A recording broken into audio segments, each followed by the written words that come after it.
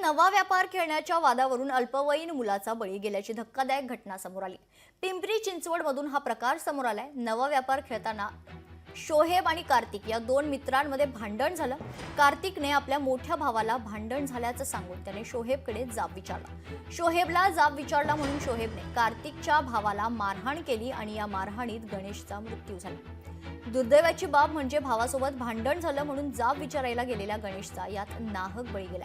तर नवा व्यापार खेळण्यावर अल्पवयीन मुलाचा मृत्यू झाल्याची घटना समोर आली। गणेश कुराडे हा त्याचा लहान भाऊ कार्तिक आणि त्याचे शेजारचे मित्र चैतन्य आणि हा आरोपी सोहेब शेख हे कॅरम खेळून त्याच्यानंतर जो नवा व्यापार बिझनेस हा गेम असतो तो खेळ खेळत होते। त्या खेळमध्ये त्यांची वाद झाले आणि त्या किरकोळ वादावरून एकमेकांमध्ये मारहाण केली सोहेबने त्याच्या छोट्या भावाला।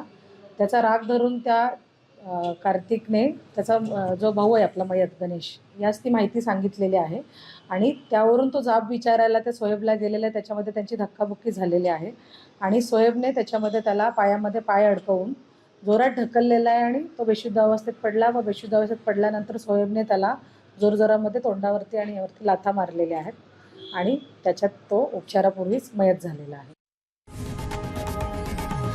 लोकशाही मराठी ऐका, पहा, जागरूक रहा।